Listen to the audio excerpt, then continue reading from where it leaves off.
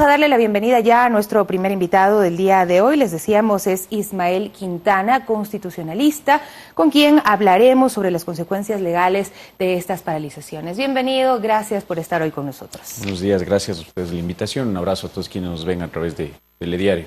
Bueno, es bastante de lo que tenemos que conversar, sobre todo viendo las cifras que han resultado de estas paralizaciones, ¿no? Cuando vemos que durante estos días de protestas hubo 1.330 aprehendidos, muchos de ellos con procesos en marcha, entre ellos 57 extranjeros.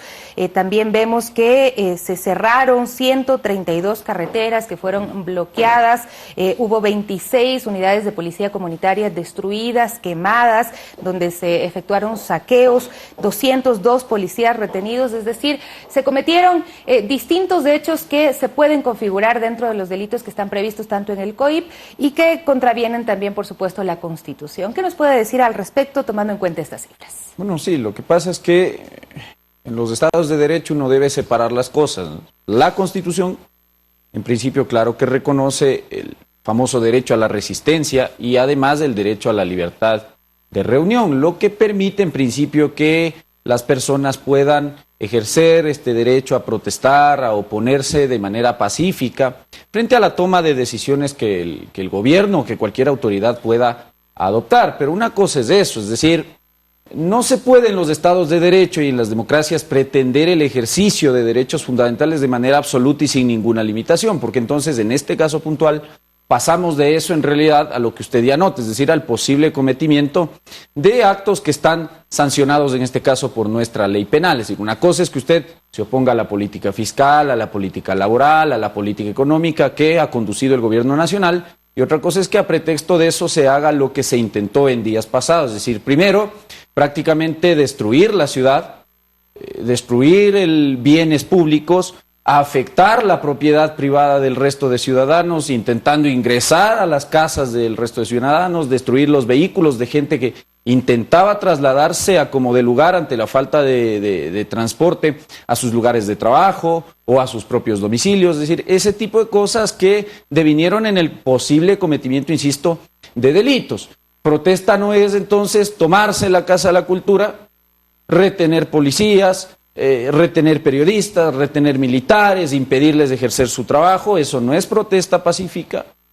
Protesta pacífica tampoco es, como hizo el señor Issa, llamar a las fuerzas públicas, es decir, llamar a policías y llamar a militares a retirarle el apoyo al jefe del Estado, porque entonces estamos cruzando esa delgada línea del legítimo ejercicio de un derecho al cometimiento de posibles delitos que, como usted bien anota, ahora están empezando a ser investigados por la Fiscalía General. Pero esto puede ser también una estrategia política, ¿no? El hecho de llamar a sumar fuerzas en contra de algo en lo que yo no estoy de acuerdo. ¿Cómo se diferencia ahí también los grupos que han sido infiltrados? Porque es verdad, también hubo protesta pacífica, hubo marchas de mujeres, por ejemplo, que recorrieron ordenadamente sectores de la ciudad, pero en otros puntos ya se infiltraron bandas delincuenciales porque saquearon lugares, entonces no pueden ser llamadas de otra manera. Sí, bueno, yo no soy la Fiscalía General del Estado para determinar quién se infiltró y no. Como ciudadano, lo único que yo observé es que hubo la toma irregular del hemiciclo de la Asamblea Nacional por parte del movimiento indígena, con líderes plenamente identificados y que ahora están incluso denunciados en la Fiscalía. Gente que incluso hoy ejerce autoridad de elección popular y parece que no ha olvidado abandonar su activismo.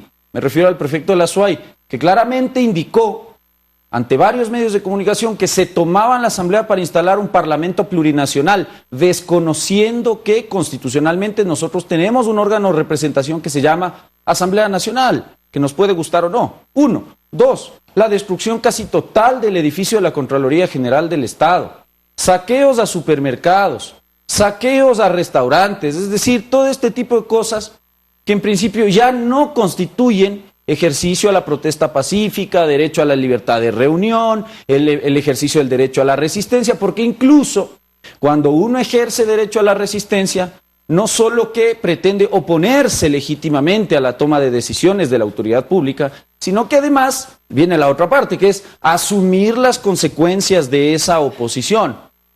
Entonces, en este caso, naturalmente, si usted se tomó una institución pública, si usted la destruyó, si usted llamó a la fuerza pública a retirar el apoyo al gobierno, es decir, básicamente a rebelarse contra el orden constitucionalmente establecido, pues tendrá que asumir las consecuencias que de ello deviene, y para eso nosotros tenemos Fiscalía General del Estado. Por otro lado, lo que sí me ha llamado la atención es que esta misma dirigencia indígena, que ahora pretende decir o desmarcarse de estos hechos vandálicos, posiblemente delictivos, incluso le han solicitado al gobierno como condición para iniciar o para continuar con los diálogos el hecho de que la Asamblea Nacional les conceda amnistía, ¿no? Es decir, pedir una amnistía contra norma constitucional expresa. Vamos por partes. Por un lado, ¿cómo se puede identificar responsabilidades en hechos que han sido colectivos? Por ejemplo, el tema de la Contraloría. ¿Cómo se pueden identificar las responsabilidades? Y las dirigencias también tienen que responder por lo que han hecho ciertos manifestantes. Claro, por supuesto. A ver, en el caso de la Contraloría, lo que nosotros hemos visto es que ya se detuvo a un cierto número de ciudadanos a quienes aparentemente se les evidenció en el cometimiento de un delito flagrante, han sido llevados ante las autoridades jurisdiccionales, pero lamentablemente ahí ha habido la toma de decisión de no ordenar su prisión preventiva, en muchos casos inclusive no ha habido formulaciones de cargos porque no se han encontrado, entiendo yo, todavía los indicios suficientes para el cometimiento de delitos, pero claro, entiendo yo que Fiscalía está echando mano de todos los sistemas posibles para identificar clara y plenamente a quienes han cometido estos actos, ¿no? Usted tiene un sistema de vigilancia en el ECU 911, en algunos casos incluso el sistema del ECU 911 también fue afectado. Sí, las cámaras fueron Entonces, claro, el trabajo se le está complicando a Fiscalía, primero desde ese punto de vista, es decir, desde el punto de vista de encontrar los indicios para identificar a la gente, y hay que decirlo también, parecería ser que en principio el sistema judicial en estos casos no está muy dado a colaborar con la Fiscalía, porque hemos visto que todas las detenciones que se produjeron, bueno, no todas, pero sí una gran mayoría de detenciones que se produjeron, no han surtido ningún efecto porque el órgano jurisdiccional ha decidido no mantener privada de la libertad a esta gente que presuntamente, según nos ha dicho Policía y Fiscalía, es responsable del cometimiento de delitos. Pero claro, en otros casos usted tiene gente plenamente identificada, es decir, por ejemplo, en el caso del secuestro a policías y a periodistas, aquel día en la Casa de la Cultura, usted tiene una dirigencia indígena, inclusive dirigencia sindical de trabajadores, me refiero al señor Tatamuez, que estaban presentes en el ágora de la Casa de la Cultura y que agitaban a este grupo de comunidades indígenas yo le insisto, a que la fuerza pública retire, esas fueron las palabras del señor Issa,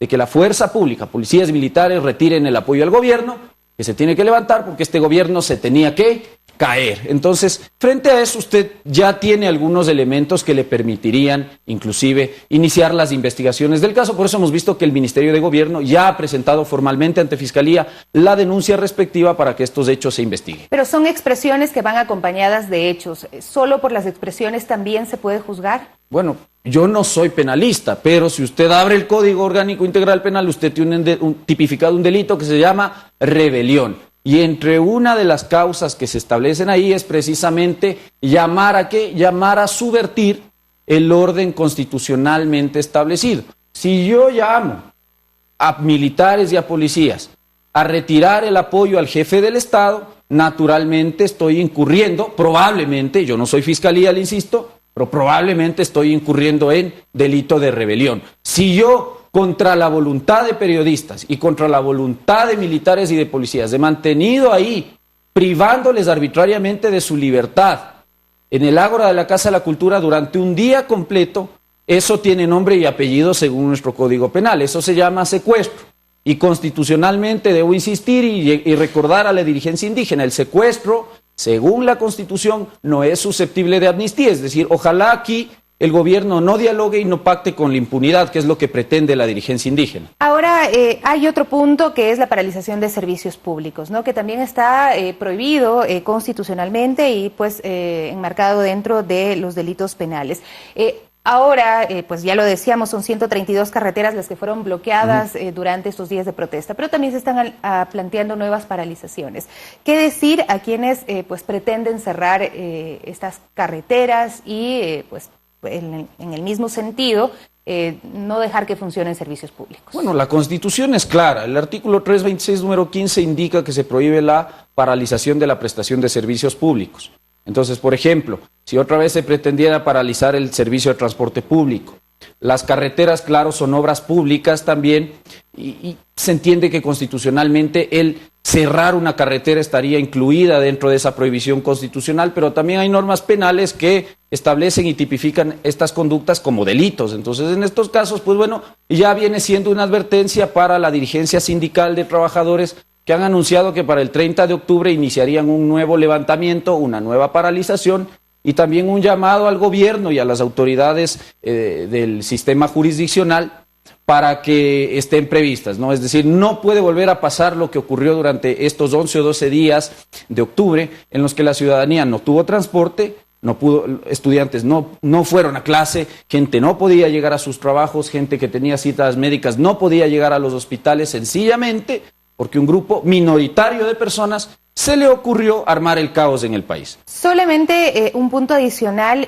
su análisis sin duda está enmarcado dentro de las normas legales, pero ¿no podría entorpecer el diálogo que se está tratando de plantear este hecho de judicializar los casos con la dirigencia indígena? Bueno, a mí sí me ha llamado la atención que aquí la gente crea entonces que el sistema democrático y la Constitución son poco y menos que una broma. Porque por algo nosotros nos otorgamos un texto constitucional y en esa Constitución le entregamos al presidente de la República, a quien nosotros elegimos, una serie de atribuciones. Entre esas, por ejemplo, está la de determinar las políticas internas. Y entre esas políticas internas está la política económica, la política laboral y la política fiscal o tributaria. Es decir, aquí lo que ha pasado es que a pretexto de diálogo hemos tratado de poner de rodillas a un gobierno y a una mayoría de una nación, a pretexto, le insisto, de chantajes y de antojos de último momento. Es decir, hemos olvidado inclusive los canales democráticos de participación ciudadana. ¿Y por qué quiero decir esto? Porque en el caso, por ejemplo, de la política laboral, que estaría por modificarse a través de un proyecto de ley que inclusive el presidente de la República no ha enviado a la Asamblea Nacional, usted tiene otros canales para hacer escuchar su voz como ciudadano. La Ley Orgánica de la Función Legislativa permite que en el trámite de formación de la ley, cualquier persona que crea que sus derechos van a ser afectados por la aprobación de ese proyecto de ley